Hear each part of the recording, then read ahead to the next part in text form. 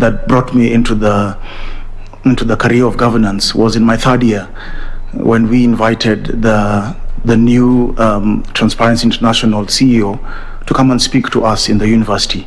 And I was an official of the Economic Students Association. And after that session, we had lunch with him as officials, and he invited us to apply for internships, or an internship. I think it was about 2 slots that were available, and we did apply. I think many others applied from other places, but I was honored to have gotten accepted to be Transparency International Kenya's first intern in 2001. This was a time when Transparency International was doing, or just about to do, cutting edge governance, anti-corruption, public policy research. And I was privileged to be part of the team that did the first Kenya Bribery Index, which caused a bit of a stir in the political space. And this was basically a study that got the perceptions of the public from their interactions with public services in different agencies, and the kind of service delivery that they got. And being in TI for those 4 months again was really a very gripping moment for me, that when I went back to complete my final year, I was again invited back by TI on a short-term basis to continue with the research assistance that I was doing. And this was then as the 2002 election was approaching. We did a very minimal kind of observation of the 2002 elections then, and I spent another 4 years at Transparency International Kenya doing a lot of the research, combing through a lot of reports like the Public Accounts Committee and Public Investments Committee reports, doing studies around public collections and the role of politicians on that, amongst many others. And transitioning from TI after about 4.5 years of doing anti-corruption and governance research, I knew that by then that really I want to be in this space of what you could call political economy. And I did another 2 years working for a parliamentary program that exposed me to the legislative side of governance. And it was an intense 2 years, the last 2 years of the 8th Parliament, 2006 and 7. And that exposed me again to how Parliament works and the role of Parliament in governance.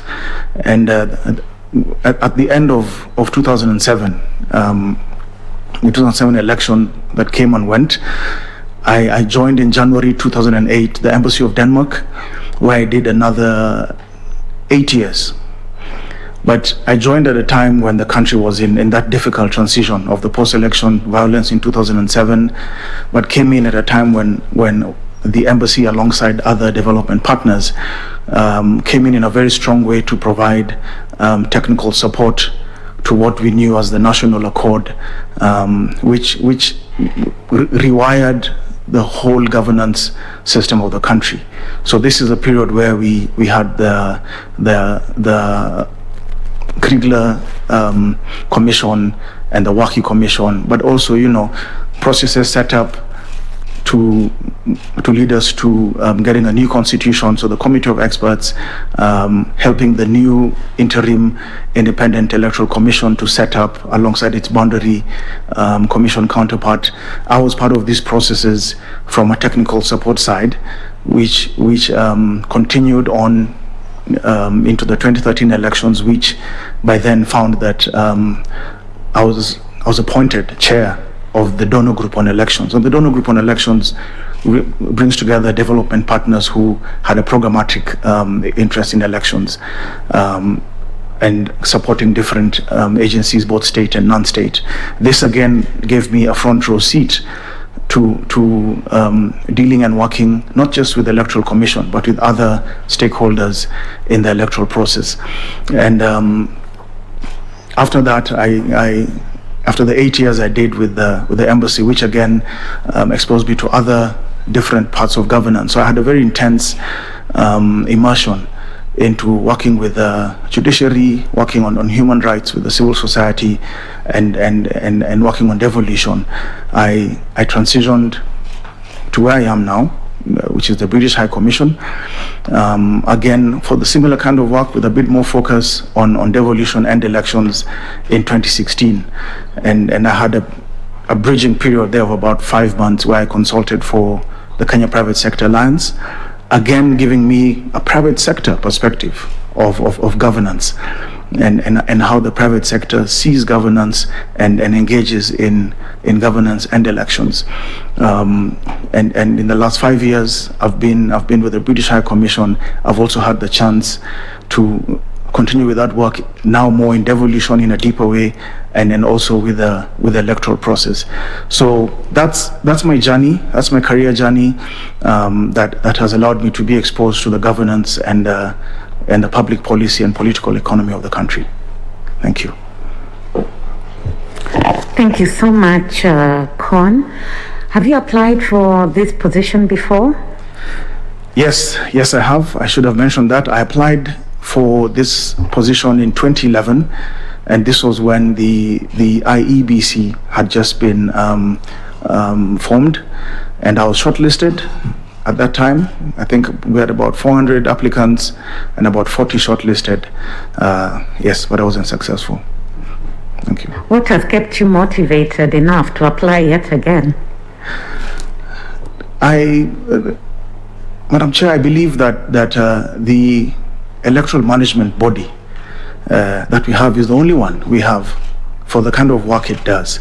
And I've got a passion for governance, I've got a passion for politics and public policy, and especially the electoral process in Kenya. I've watched it grow, I've watched where it has come from, and I feel that 10 years later from the last time I applied, I'm more mature, I'm more knowledgeable, and I felt that let me come in now with a more with a better prepared, more aware kind of sense to then put in my application. So I still feel that I would be able to serve the country in this role and position. Thank you so much, Con. Are you a registered voter? Yes, I am. I am a registered voter. And where did you vote in the last election? I voted at Bora Primary School in Westlands constituency. Thank you so much, Con. I'll now ask Mr. Morris Kimuli to ask you a few questions. Thank you. Thank you very much, Madam Chair. Mr. Osendo. Yes. Are you a farmer? Sorry? Are you a farmer? A farmer? Yes. Not a serious one. Not a serious one? Yeah. But I know you studied agriculture in primary school at least. Yes, I did. There are these animals that have more than one stomach, chambers in their stomach, and they are called ruminants. Yes. You know that? Yes, I do. How many chambers does a cow have? I think it was 4. You're right. I'm right, thank you. I had to call my daughter in the morning to confirm that. I'm glad you know. Thank you very much. Sometimes we ask general questions to know whether you are aware of your environment. Yes. Now, when you look at, I have seen that in your CV, you have had interactions with the Electoral Commission, the IEBC. Now, when you look at the structure of the IEBC, how would you say it respects devolution in the execution of its mandate? Okay. The IEBC structure respects devolution in that it's devolved. They have a devolved structure, if I may start from that.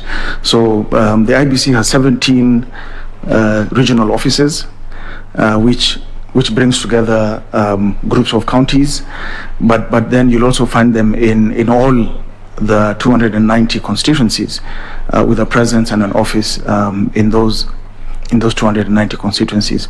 I think that would be how I would see that they respect devolution. In terms of the legal structure, do those devolved units exercise independent final authority? And if so, in what circumstances? During the elections is when I think these structures, especially the constituency offices, have a sense of autonomous independent decision making. And this is because during the election, the constituency returning officer is the one who declares results for the ward representatives and the members of the National Assembly at that level. That, in my view, gives that office and that level of the commission a sense of autonomy. But in their general management and running and day-to-day running, I think there's still a bit of the reporting lines that need to be maintained between the devolved offices and the Secretariat. Thank you very much. We looked at your response to the case study that was written. And you said something exciting. You said some of the solutions, and you are commenting on funding. You said some of the solutions may require additional funds. Engaging with the Senate and the National Assembly's Justice and Legal Affairs Committees and the National Treasury. Now, how does the Justice and Legal Affairs Committee of the National Assembly and the Senate play a part in funding of the Commission? These two committees, the Justice and Legal Affairs Committee of the Senate and the National Assembly, the role they play is that they receive the reports from the Electoral Commission. They receive the annual reports from the Electoral Commission, and they engage quite a lot with the Electoral Commission throughout their work. So at the onset, these two committees are the first port of call for the Electoral Commission, and they do have a deep and keen sense of how the Commission works, the challenges that the Commission does face, and even within the structure of the sectors allocated to these committees, the Electoral Commission falls under them. Now, are you saying that the Legal Affairs Committee, the Senate and the National Assembly each has a Legal Affairs Committee? Yes. Are you saying that even also the Legal Affairs and Justice the Legal Affairs Committee of the Senate is involved in this process? The National Assembly one is the one that has the statutory mandate when it comes to the appropriation process for the IEBC, but the Senate committee does engage with the IEBC, but in terms of the funding and the money, it's the National Assembly that has the first and probably the key role for that. And what is the role of the Budget Committee? In the National Assembly? Yes. With respect to funding, you've talked about the Legal Affairs Committee. Yeah. The Budget Committee considers the full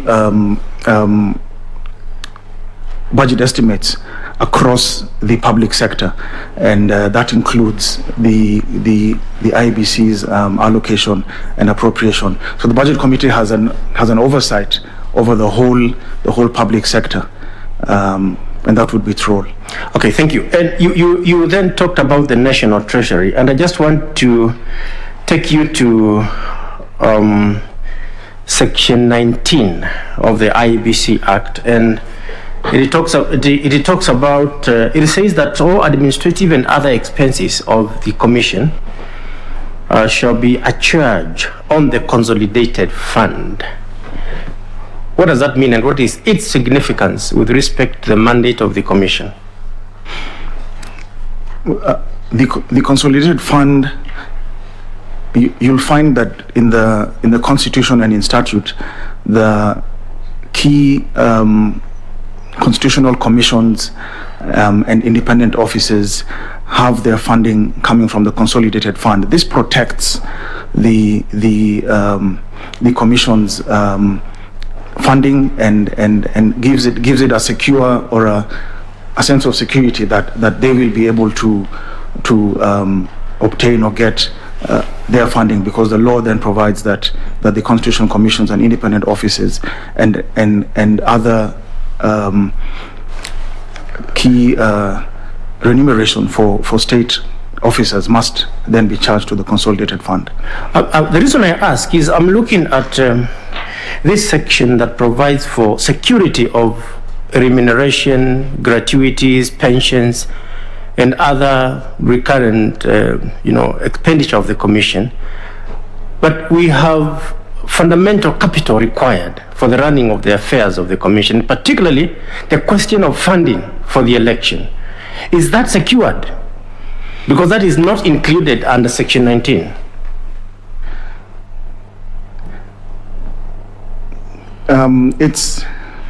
Is it secured? I think we see if you follow the funding that the IEBC gets, we see a certain trend that to answer your question may tell us that probably the funding for technology and such investments are not entirely secured. One is that there's a spike in the amount of money going to the IEBC from the Exchequer during election years. But in between election years, you just see the bare minimum being funded to just keep the Commission going. I think for me that communicates that it's likely that the funding for investments such as technology may not be entirely secured. We have seen in the past a lot of negotiation taking place to get additional funding for this, again, which I think communicates to us that this funding is not secure. Thank you very much. So if we move on, what would you say? Let me ask it differently.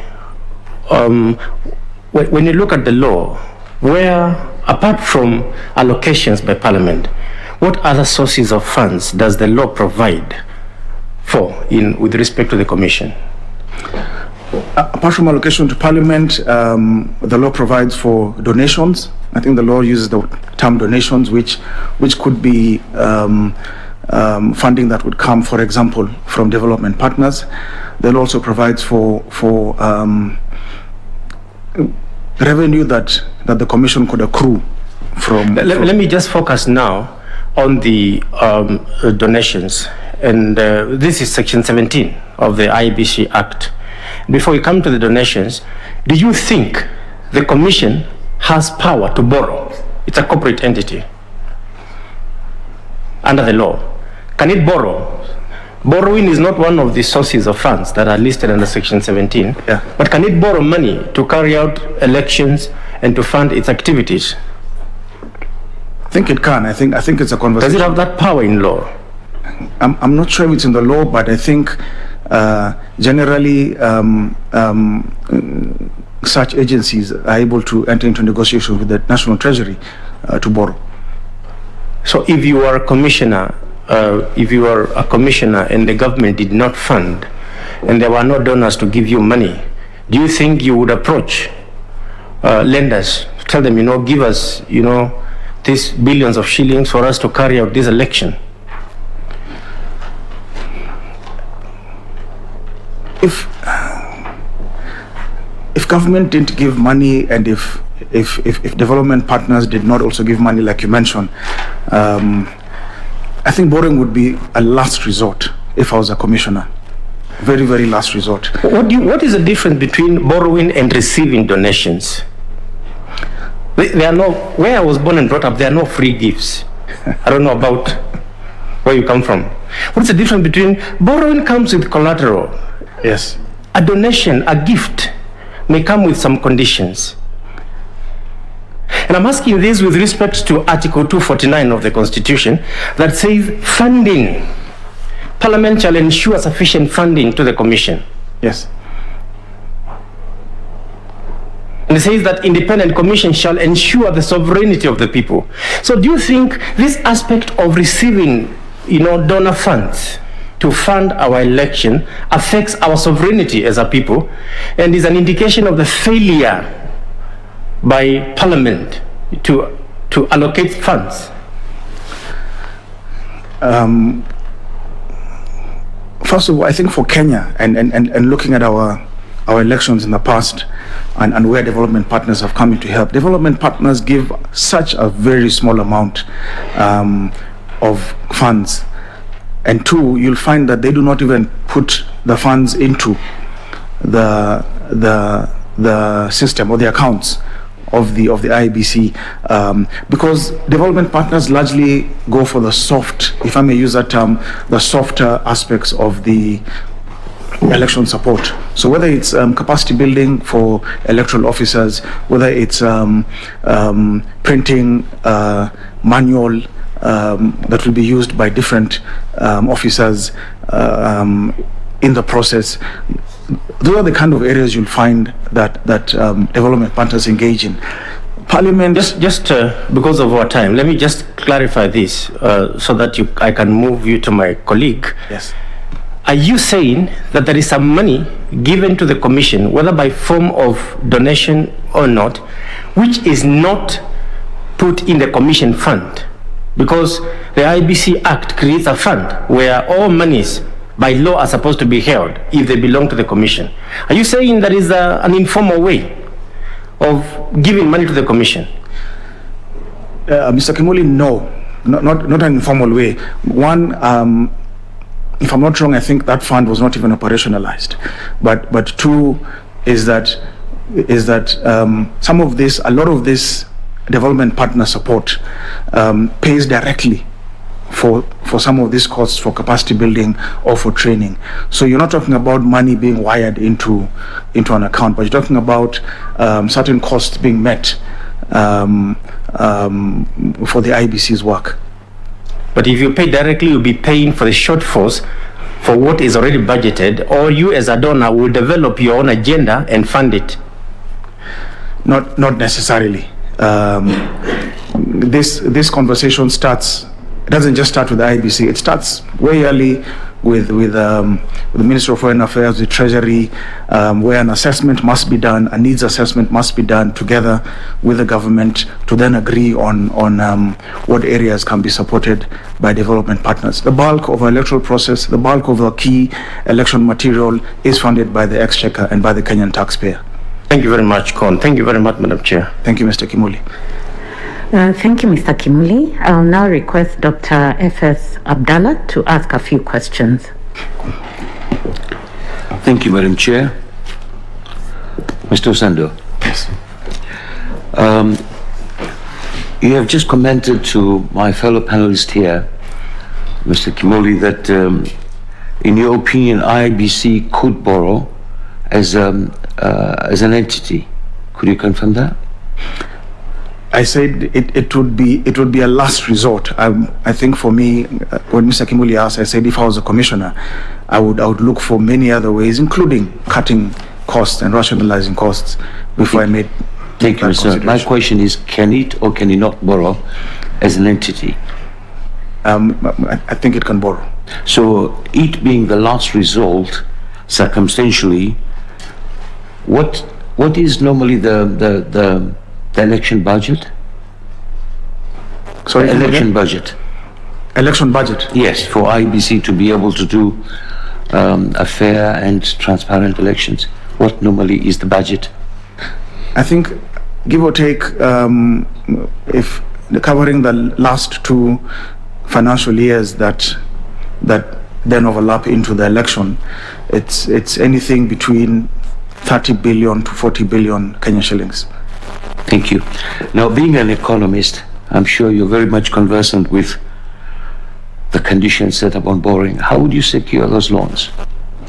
Because the commissioners become employees of the institution. The institution is not a trading entity. How do you intend to secure those loans if you come to the last resort of borrowing?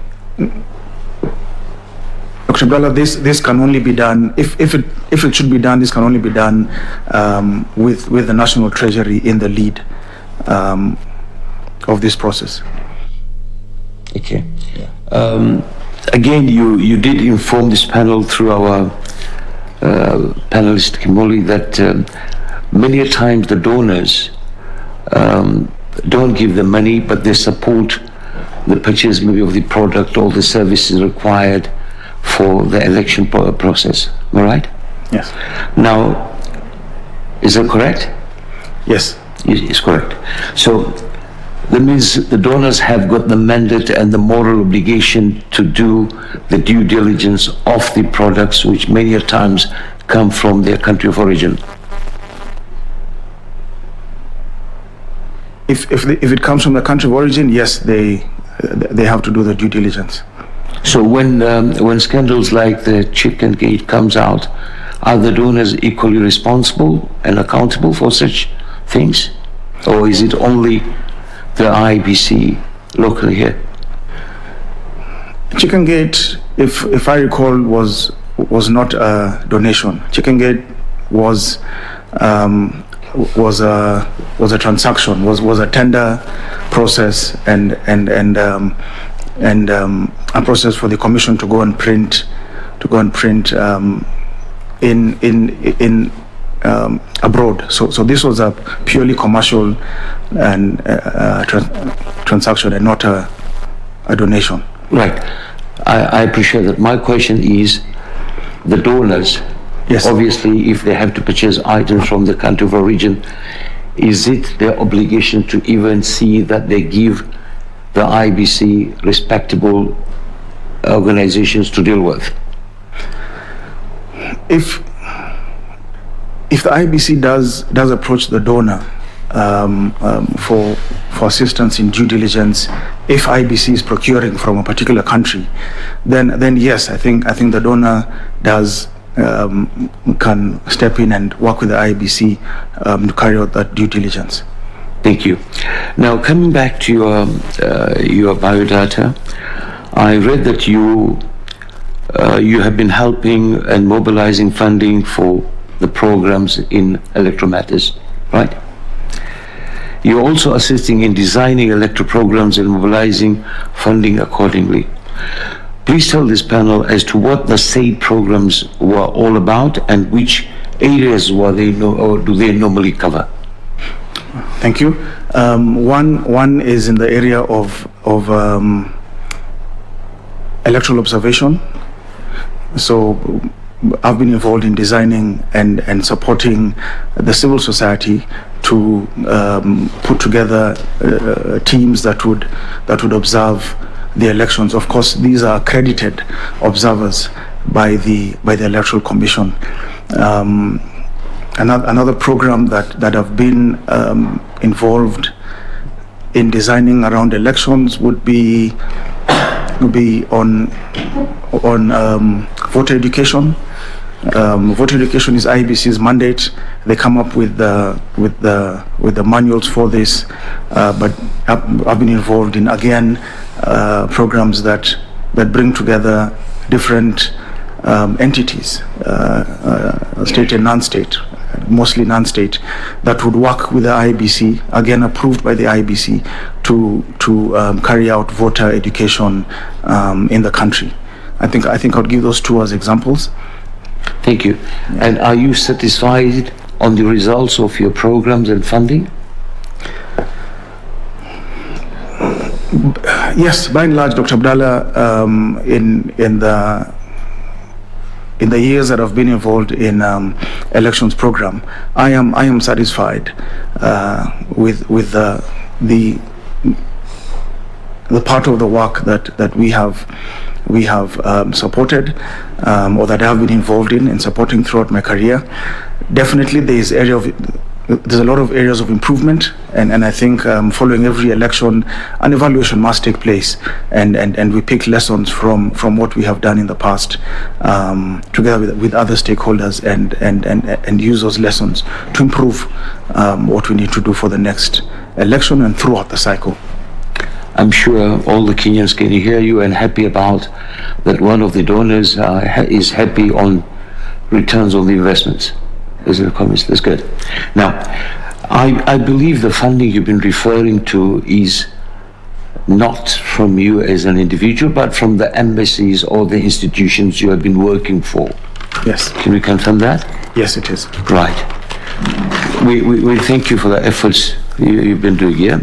Now, Mr. Osende, if you are appointed as a commissioner of the IEBC, will you be able to use your expertise and connection to do such programs and engage donors to raise the funding for IEBC? which of course has been great challenge to IBC. Definitely, Dr. Abdallah. I will use my 13 years of working in the development partner sector to be able to help the IEBC raise further support in the areas that development partners are allowed to and are able to work with the IEBC for. Yes, I will use that network, I will use that knowledge, and I will use that experience to assist the IEBC. That's called patriotism, which we are grateful for. Mr. Sende, ethical and responsible decisions making in the Commission and its Secretariat is crucial for ensuring credible elections management body. What are some of the measures that can be put in place to ensure that the decisions making process in the commissions are ethical? Thank you, Dr. Abdallah. I think to ensure that decision-making processes in the Electoral Commission are ethical, one, of course, would be to ensure that the law is followed in terms of the decision-making process. The electoral space has a lot of laws, policies, and statutes that govern it, and it's. If you miss out on one step, then it's easy to be called out for that. So I think for an ethical process, I would ensure that takes place. But two, there are internal policies and procedures that the IEBC has in place for different things, and whether it's a human resource, whether it's procurement, and whether it's any other policy that they have, would be just to ensure that there's an adherence to these policies. Three would be to keep stakeholders and the public informed at every stage of the decision-making process. I think one of the key things that we have lacked in the past, and that has not helped when it comes to, or rather has made the Commission sometimes lose trust, is because people don't know. And not just us as the public, but even those who are part of the electoral process. The electoral process is not just the IEBC. There are very many other players and stakeholders. Keeping them informed, keeping them part of the process, and informing the public, I think, helps in the ethical decision-making process of the Commission. Yes, Mr. Sende, I appreciate that, and for we've heard it from many that the procurement process has been the elephant in the room for IEBC. How do you tackle that? Because you're going to be one among the seven, and how do you inform the public about this situation? Because in an institution like that, it's the chairperson who talks. How do you do that?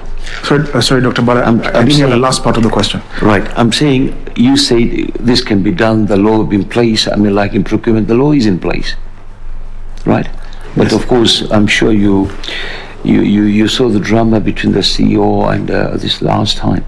Yes. As an individual, all your expertise, where you worked with this embassy, ethical is an issue, and you have interacted with these people. How would you do it as an individual?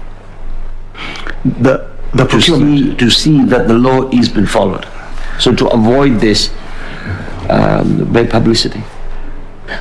Yeah, I do agree with you that it's been there have been some challenges in the past that have been highlighted in the public domain on procurement, including the clashes we've seen between the Commission and the staff.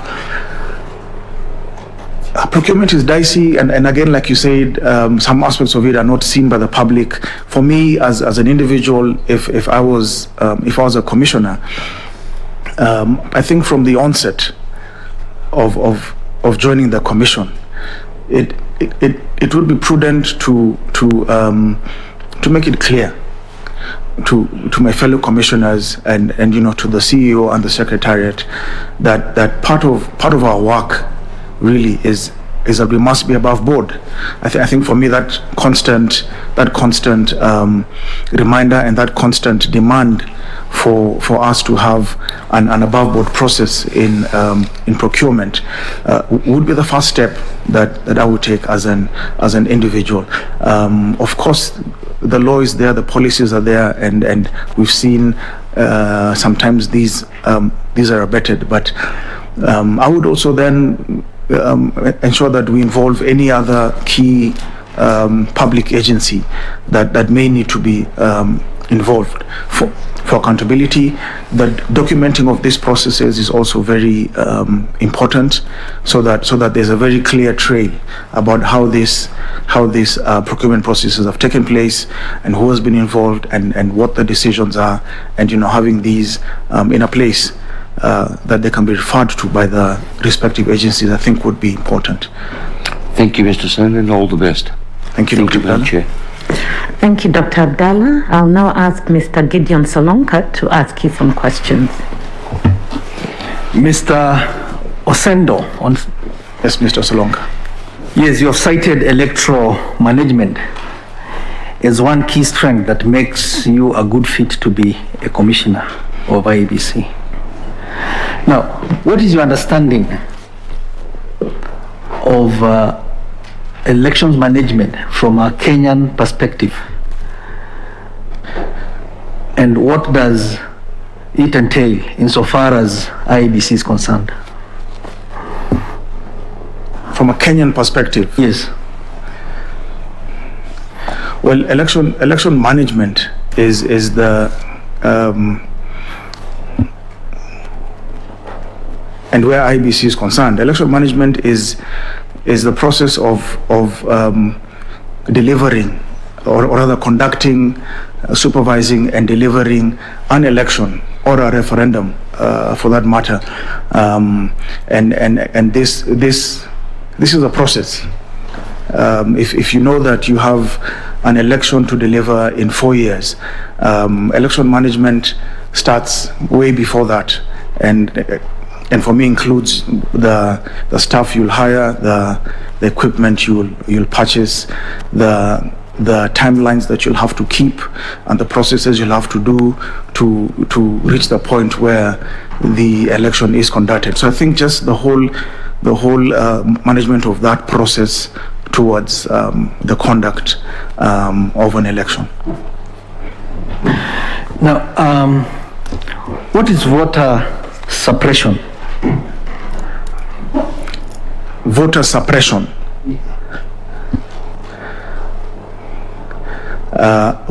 Voter suppression is when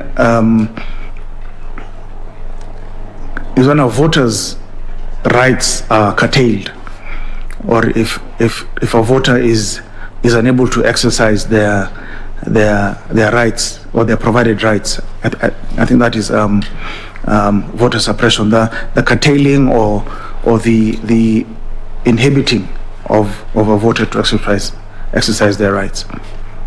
Okay. And how is it perpetrated or executed? One, if it's not easy for one to register as a voter, I think that is one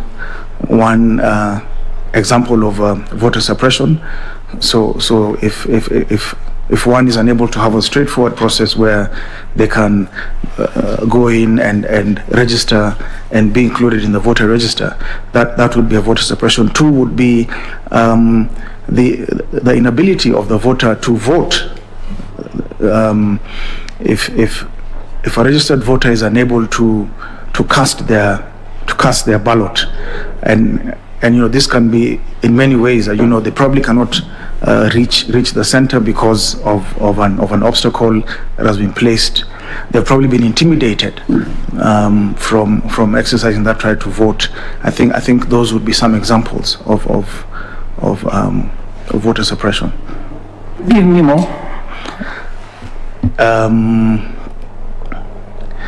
And so for voter being unable to vote, whether they cannot reach the station or whether at the station it could be a voter who needs assistance and they don't get assisted. It could be, again, I said, intimidation or violence around the region or the polling station that the voter needs to access.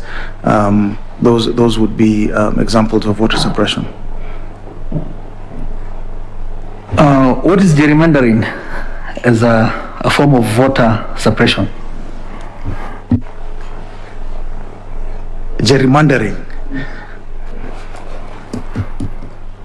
I know I've seen that term many times, Mr. Solonka.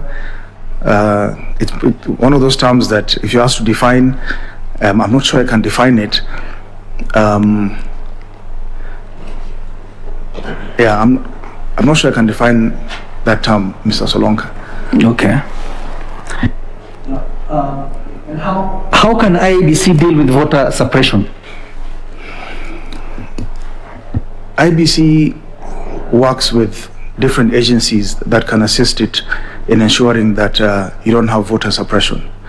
Some of the examples I gave around accessing a polling station would need the partnership and cooperation of the security agencies, which IEBC continuously does partner with.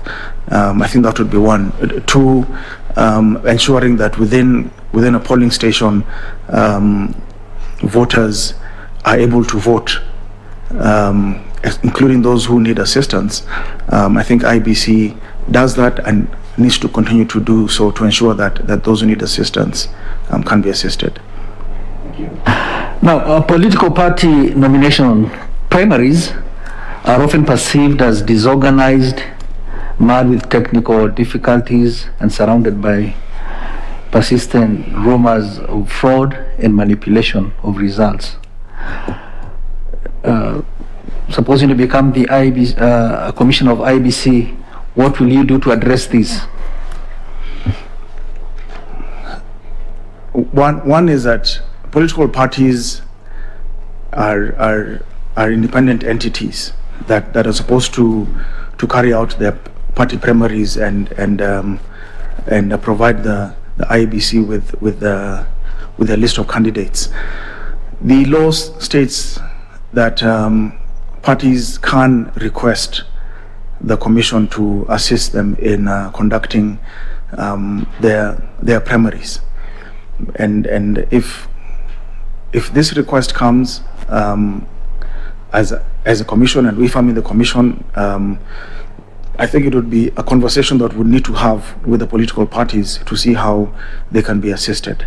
But beyond that, I don't think unless requested, I don't think the Electoral Commission has a very clear or cut out mandate to deal with what you have called the chaos that we see in party primaries.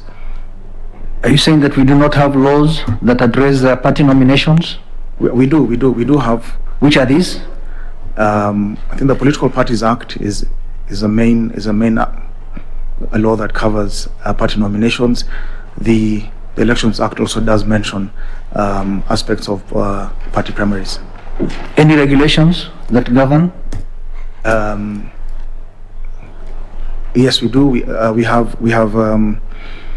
I can't remember the exact term, but we do have regulations that govern party primaries. I think it's a subsidiary to the Elections Act, and I think there must be one that's also subsidiary to the Political Parties Act. You're not sure? Have you interacted with those regulations? Yes, in the past I have. In some years back, I did interact with them. Okay. Yes. Fair enough. Now, what is your understanding of an election cycle?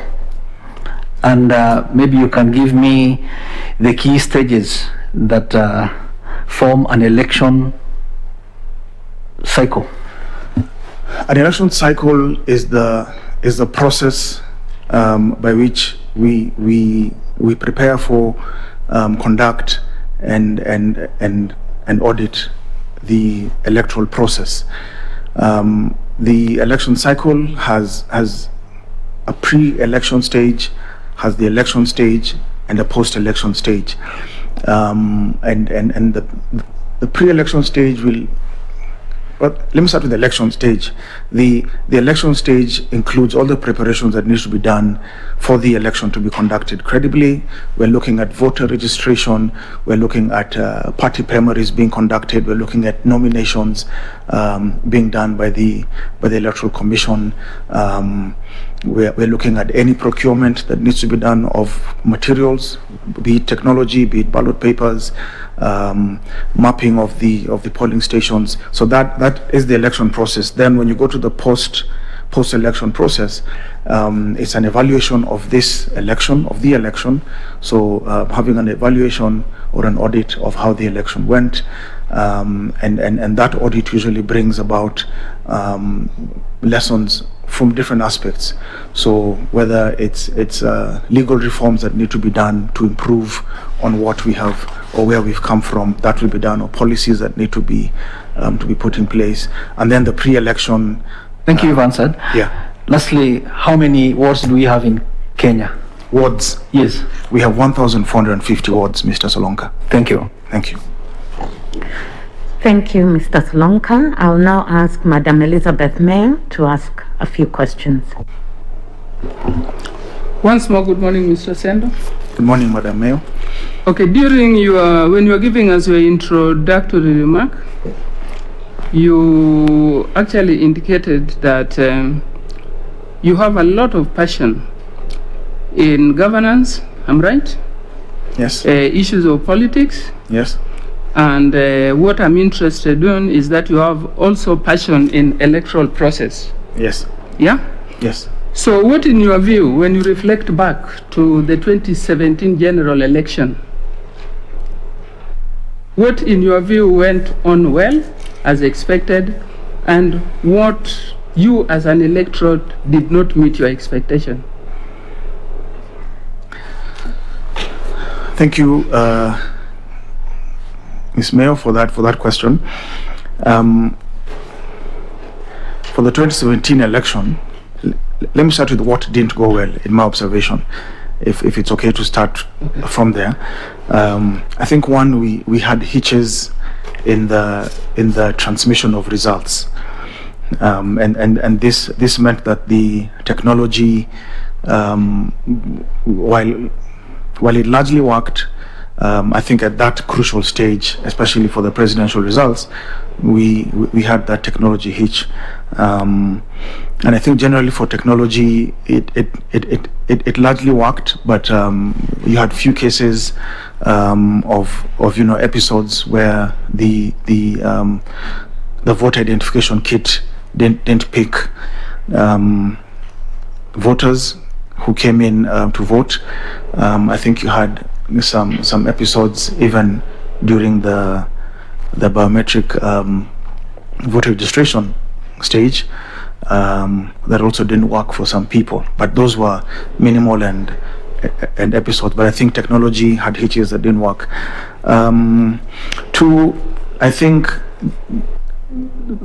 there wasn't good and adequate and timely communication, especially public communication, coming out in the months or even the year preceding the election, and that builds up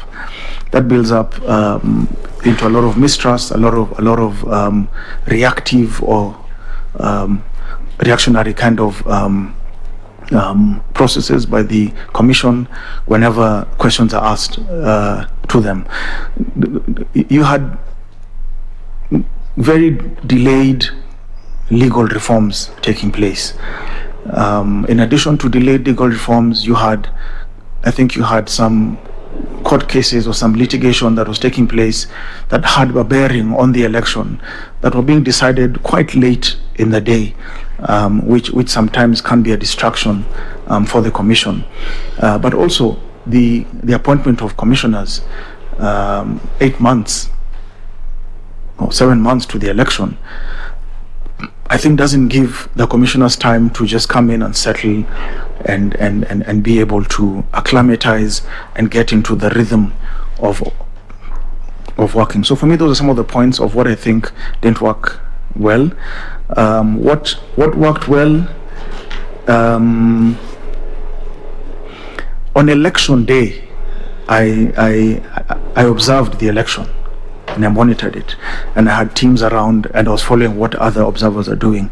I think the logistics of the election were done very well, and I think this is because of IEBC's experience in this and the ability to get sensitive election material, equipment to all the corners of this country, and in a timely manner, to distribute them the day before to each of the polling stations and have teams organized around that.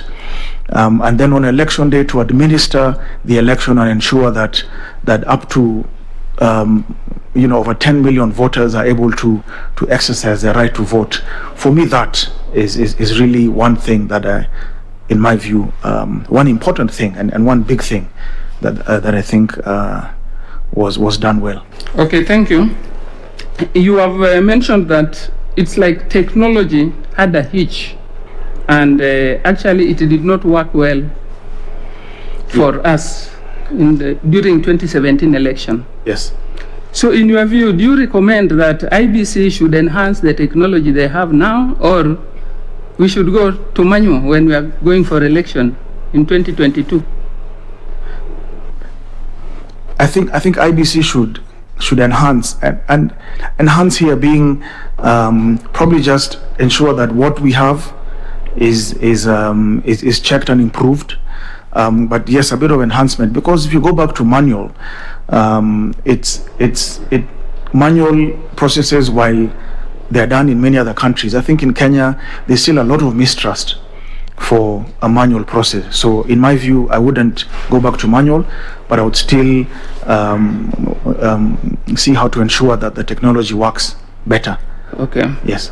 Okay, still on 2017, I believe you are aware you are here because there's something that happened in 2017 that created an opportunity for you to be here today. You are aware? Yes, I believe so. Yes, I am. Kindly tell us what happened. I'm here today because 4 commissioners resigned from the commission after the 2017 elections. Okay. Yes. So 4 commissioners resigned in a half. Yes. And because of that, there is an opportunity for you now to compete for those 4 positions. Yes. So what, in your view, do you think created such a scenario? Of the 4 resigning?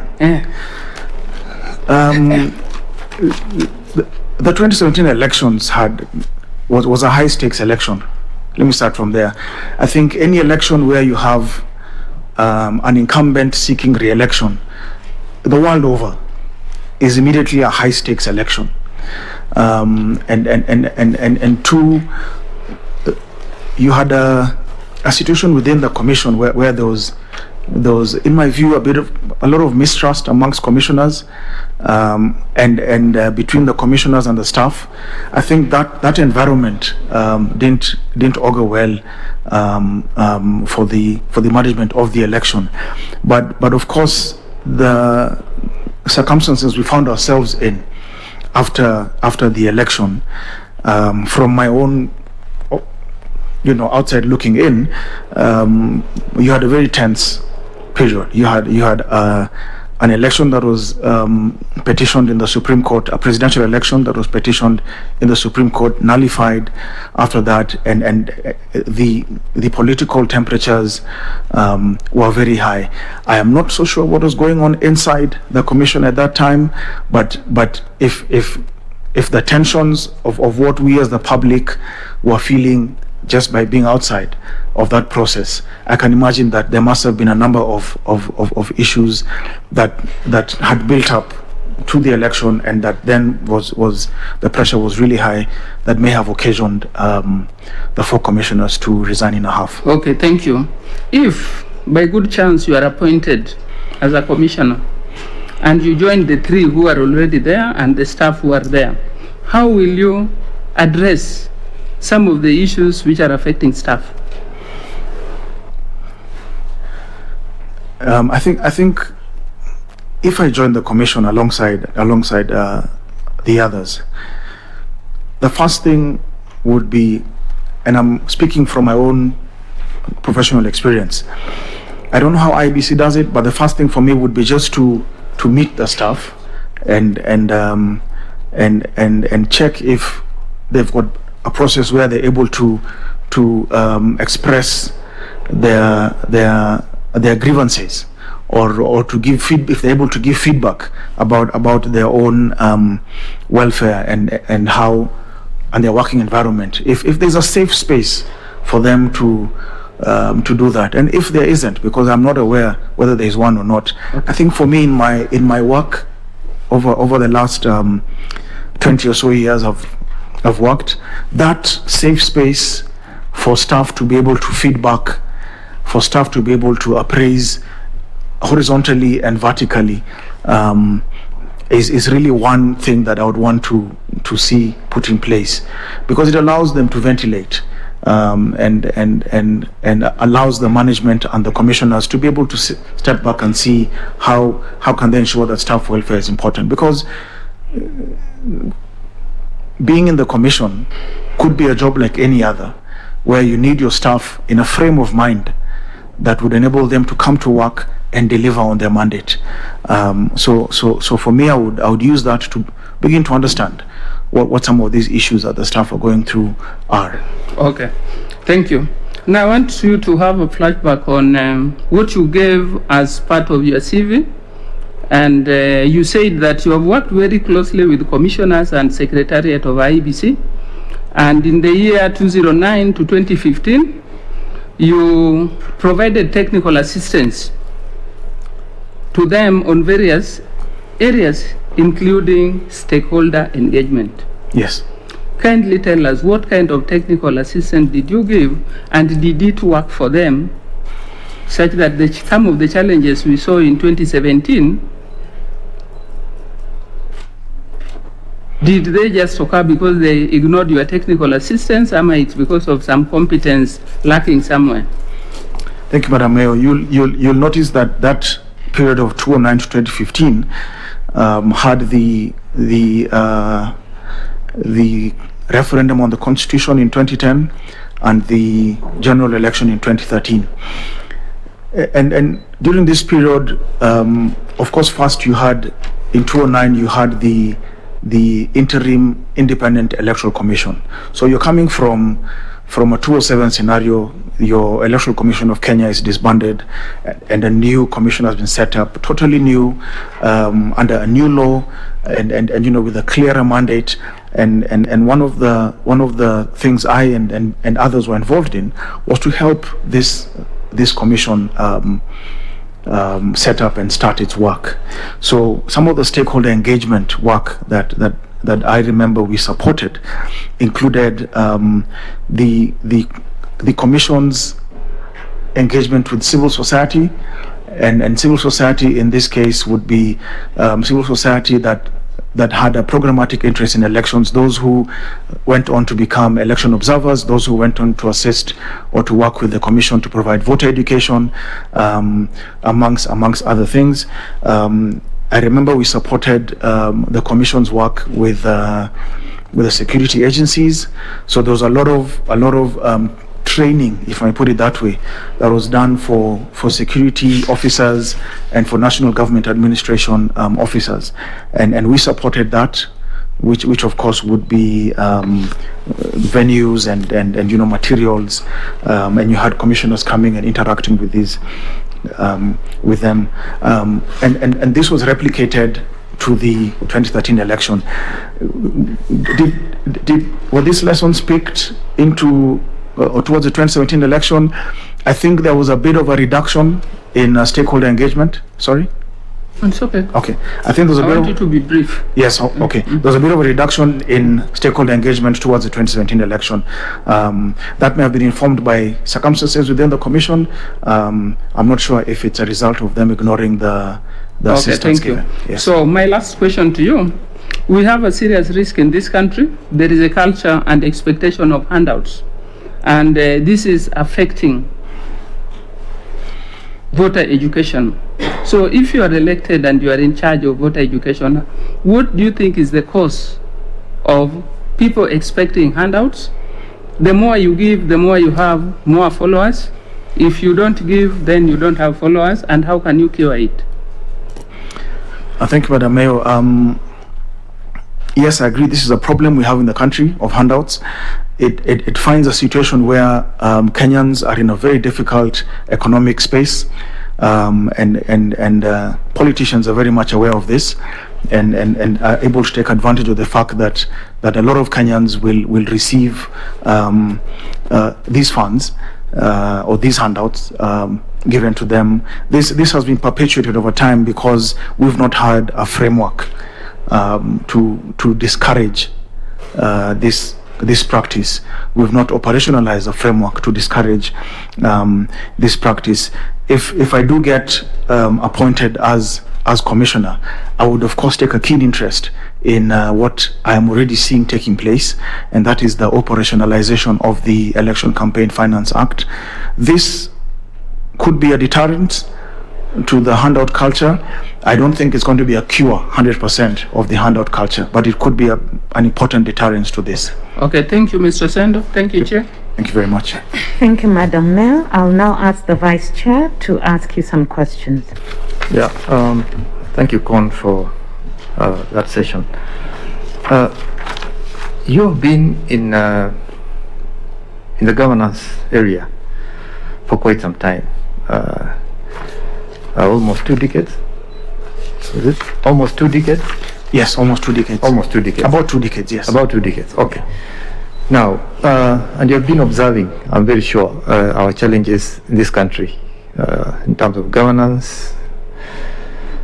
Now, what would you say when it comes to electoral democracy and governance? What did you say are our key challenges? How come, despite all these years, with the resources Kenya has put into laws, I think we have the most elaborate laws in this region when it comes to electoral management, policies, regulations, and all. How come year after, and then a very good constitution, how come year after year, I mean, every 5 years, every major electoral period, we have problems. And some of these problems actually threaten the existence of the nation. And this has become episodic, that every other 5 years, just before the elections, people start thinking of packing and leaving the country because you don't know what will happen next. What is the problem? What is the problem? What are the challenges? Is it the way we act or conduct our affairs? Just please highlight some of what you see as challenges, and then how do we deal with these challenges? How can we resolve these things? Because even the electoral bodies have been changed over time.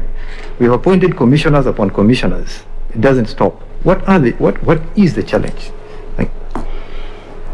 Thank you, Mr. Vice Chair. Top of mind, I think the challenges we have in our governance space, one is just lack of enforcement of the many laws and policies that you have actually mentioned that we have. We have legislated on in our governance space, but we have had in the past a very poor enforcement culture of these laws and policies, and so you see a lot of things being done that affect our governance, which don't go punished. A lot of these things are made to feel like they're normal. It breeds a lot of impunity. So you've got a lot of people, especially those in power, who know that there's some things that we will do and nobody will do anything about it. Or if something is going to be done about it, it'll just be a process which we can kill in the end. And even us, who are not in power, have our own level of impunity, and you see it on the streets when you're driving. When you're crossing the road, nobody bothers to look at the lights to see if pedestrians should stop or go, or cars should stop or go, and people just move. So there's a very huge culture of impunity, and it's because I don't see you getting punished for something, so I'm going to do it because you are not punished. So I won't be punished. And many times I even tell some traffic police, if I see them letting someone pass for something that they stopped me for, I ask them, why didn't you stop that one? So it's a culture of impunity that we have breeded because you've had a lack of enforcement. And of course, the bugbear of our governance has been corruption, and you know this has affected us in big ways, especially where we have had mismanagement, theft, and corruption, and that reduces a lot of the resources that we may require to improve on our governance. Thank you. Now, Con, if you are appointed, even before I go there, in your professional life, especially as a representative of the donor community, where you handle, it's about resources, it's about funding, it's about money. Have you ever faced a situation that challenges your integrity, that has challenged your integrity, or tested your integrity to the point that you almost fell prey to temptations to do the wrong thing?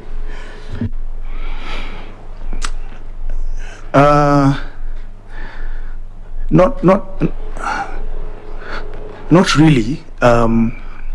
If I hear the direction your question is taking, especially where you mentioned, you know, from the background I have in terms of where I've worked and the resources that I handle, I place a huge premium on reputation. I think before anything else, I usually just say, let me try my best and keep my reputation intact. There are if I've worked for agencies that have very strong checks. I know friends who have worked for agencies that don't have strong systems, so that in our work we approve funding to go to consultancy firms or to go to NGOs, etc.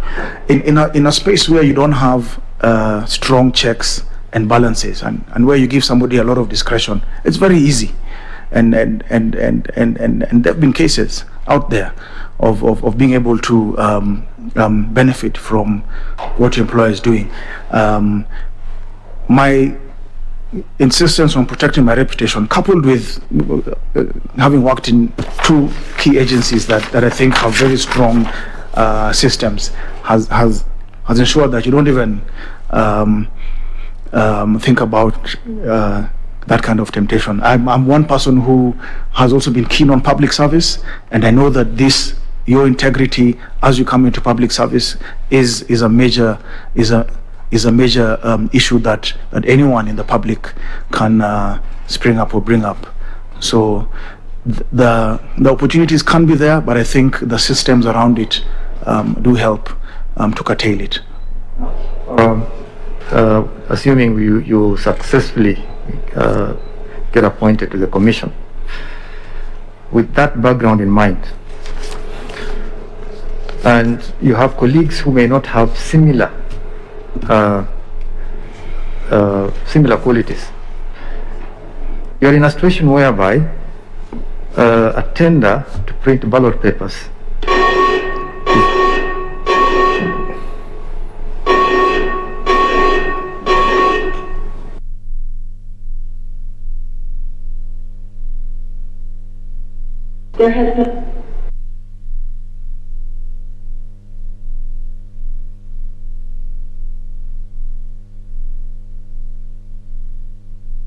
Sorry about that, Con.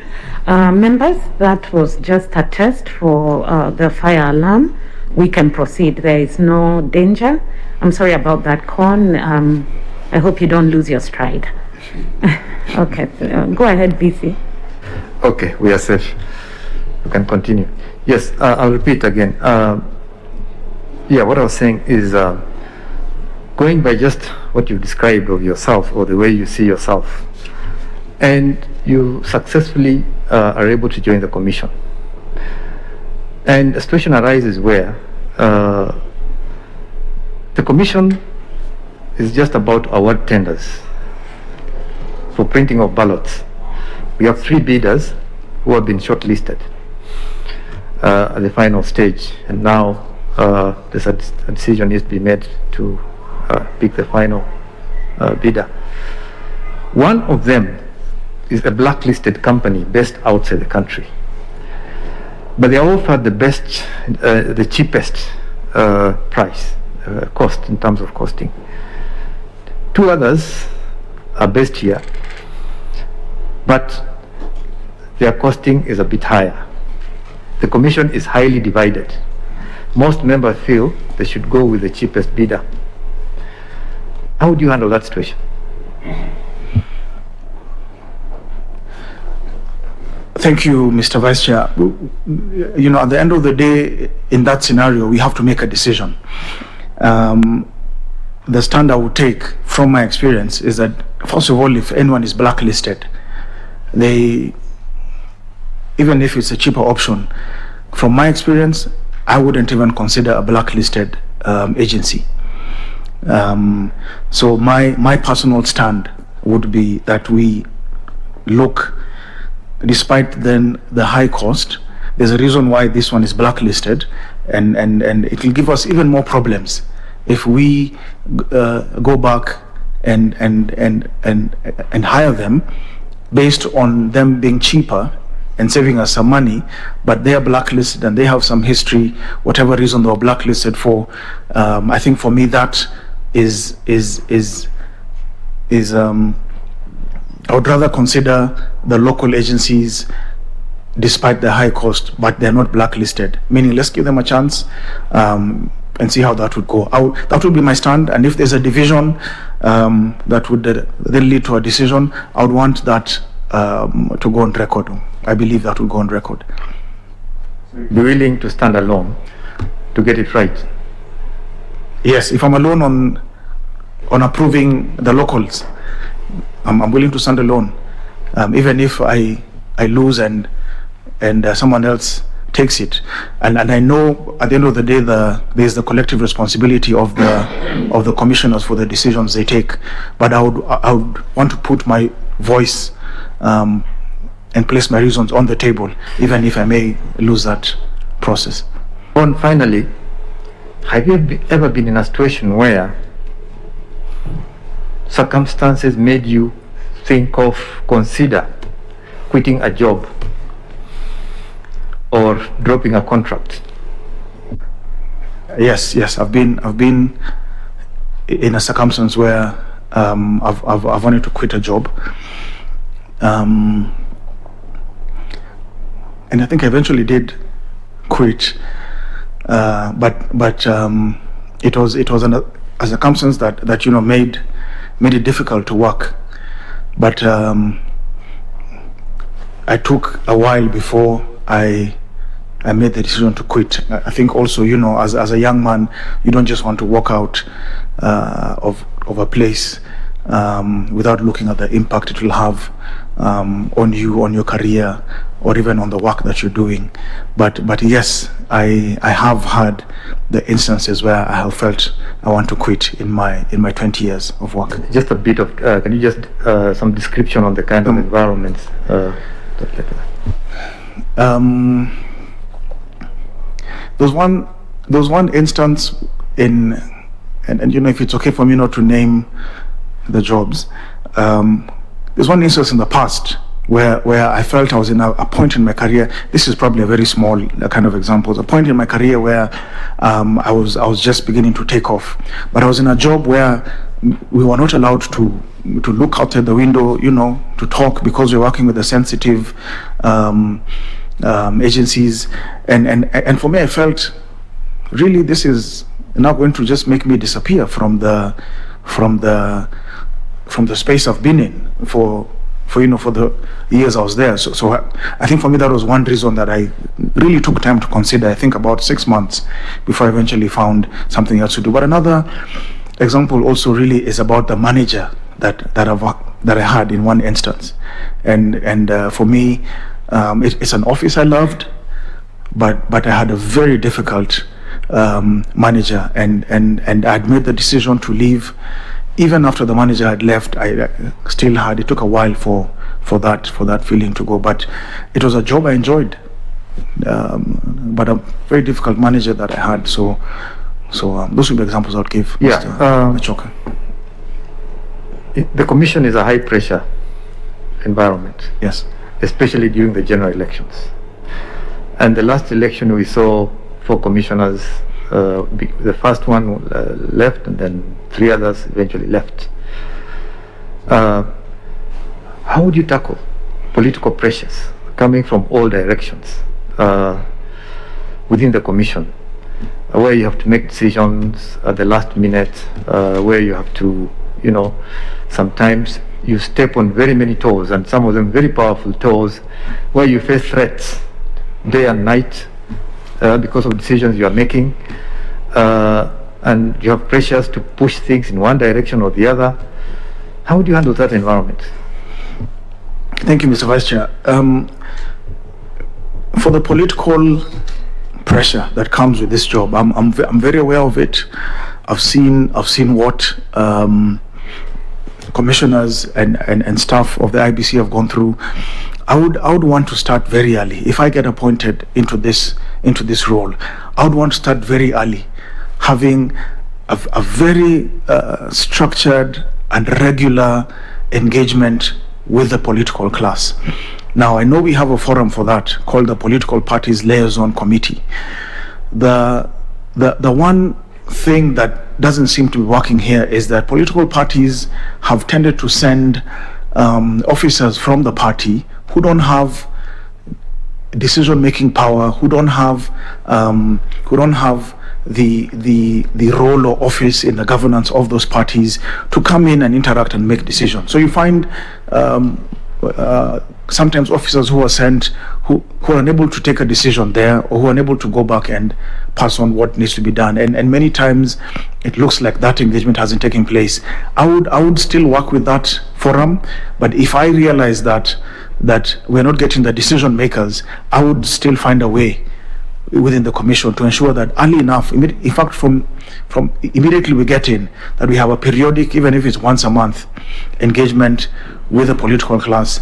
Make this where possible public, so that the public also sees that the commission is engaging with the political class, but also include all the other players in making an election successful. Many times the pressure is on IEBC because we have been made to believe that they are the only ones who are delivering that election. You've got the interior, you've got the police, you've got the National Registration Bureau, you've got the media, you've got the civil society. If there can be a regular forum where we all interact with the political class to see the timelines of the election through to peer review amongst ourselves, each person, whatever role that each person has, and where are we with this, and how can we help each other, I think this can dissipate even 40 or 50% of the pressure that builds within the commission. Thank you, Con. Thank you, Mr. Vice Chair. Thank you, Vice Chair. And now I'll ask Reverend Father Mutia to ask his questions. Thank you, Chair. Mr. Kon, I would want to take a moment with you and ask you a follow-up question from what my sister, Madam Mayo, from where she left. You've been working in very strong and big institutions, and you've informed the decision making in those institutions.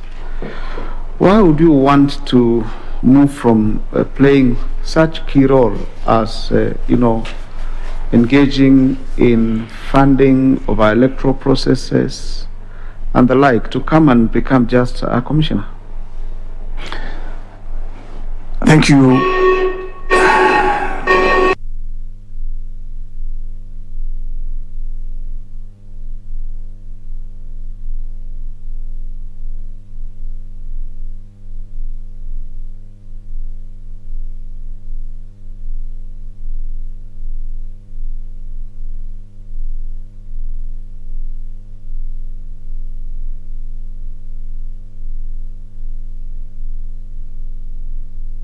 May I have your attention?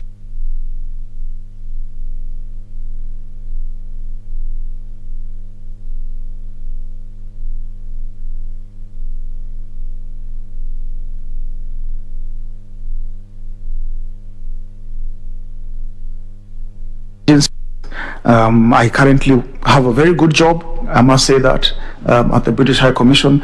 My jobs have made me work closely with the public sector. I've worked in civil society, I've worked in development partners, I've worked in private sector. I would want, it's one thing interacting with the public sector and another thing being in the public sector. I would want to work in the public sector just to begin to appreciate and understand how that place works. But this combines very well with my purpose, and for me, I am living my purpose now, in that my interest and passion for governance and public policy, being able to work in that space now and to be paid for it. I think getting into the commission still keeps me within my purpose of working in a very important part of governance and public policy and the political space in the country. So I'm ready and willing, if I do get appointed, to make that move. But even if I don't, I will continue to work in the space of electoral management from where I am. Thank you. In your application, you said you had immense experience in anti-corruption, integrity, and good governance. Yes. Allow me to ask you just a simple question. Have you ever handled a corruption issue? Handle a corruption issue? No, because a lot of my work had been more from a research perspective. But even in my personal life, I've not handled a corruption issue. Did you mean like investigate one, or? I mean, as in, if a corruption issue, has there been any corruption issue reported to you, and how have you handled it?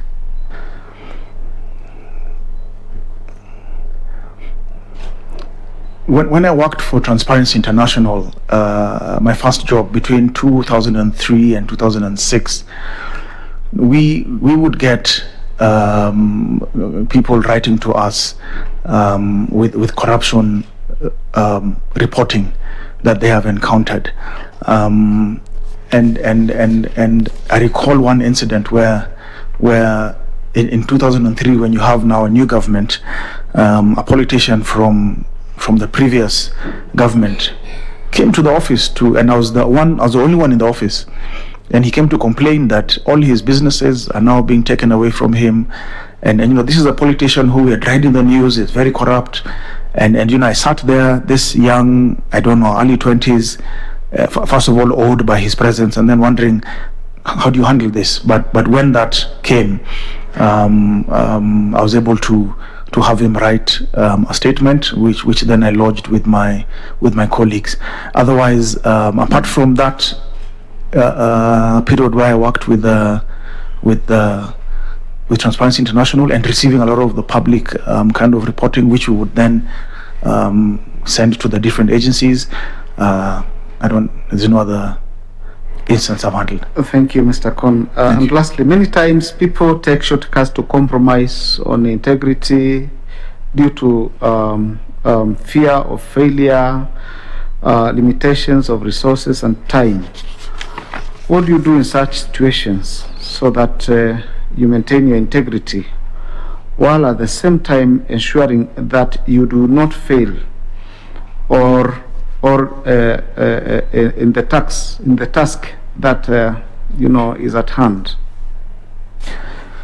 I think for the Mutie, if I've understood you, yes, it's very tempting to take shortcuts, because shortcuts get you into places faster, or you get kickbacks and etc. I think it's a personal decision. First, I think the issue of integrity is a personal decision, and it takes me back to what the vice chair had asked about you being there, but there could be others who don't have that experience or that thinking. I would still maintain my personal integrity and be able to just say that let's take the route, let's take the long route if we have to, but let this long route be one that then puts me and us as a team and us as a commission in the right standing, because this job as an electoral commissioner is probably one of the most sensitive in the public sector, and anything small can dent or will dent our reputation as a commission, but at the same time then it blinds the people from seeing the good work that you may be doing out there. So for me, it's a combination of both a personal decision but also some kind of a rallying call to the consequences of this that you can discuss with your team. Yeah. So according to you, there shouldn't be any failure. No. There's I mean, we fail many times in the work that we do, in the teams that we work with, but it's how we pick ourselves up if we fail somewhere that matters. Thank you, Mr. Kon. Thank you, Chair. Thank you, Father. Thank you, Father. Kon, we have now come to the end of your oral interview. I can invite you to make any remarks you might want to make to the panel at this time. All right. That was intense, but just to thank you, Madam Chair, and the distinguished panelists here for the opportunity to be shortlisted and to sit before you and present myself. It's not an easy task that you have before you, but also for us as candidates, it's taken time to prepare and a lot of guts to sit before you. So to thank you very much for that opportunity. I don't really have a question. It's maybe on timelines. I don't know if you have a timeline between when we are done with the interviews on 22nd to when you want to submit. Is there a timeline that you have, that you know? At this time, I can't confirm we have one. We could maybe reach a decision in a very short time, or we'll take the time we need to reach the right decision. Okay. Thank you once more, Kon, for expressing an interest to serve as a member of IEBC. And on behalf of ourselves and other Kenyans, we do appreciate you doing that. We'll request a member of the Secretariat to escort you. Please ensure you get your original certificates and have a good rest of the day. Thank you very much. Thank you. We'll now take a break and resume at 11:30 for the next interview. Just.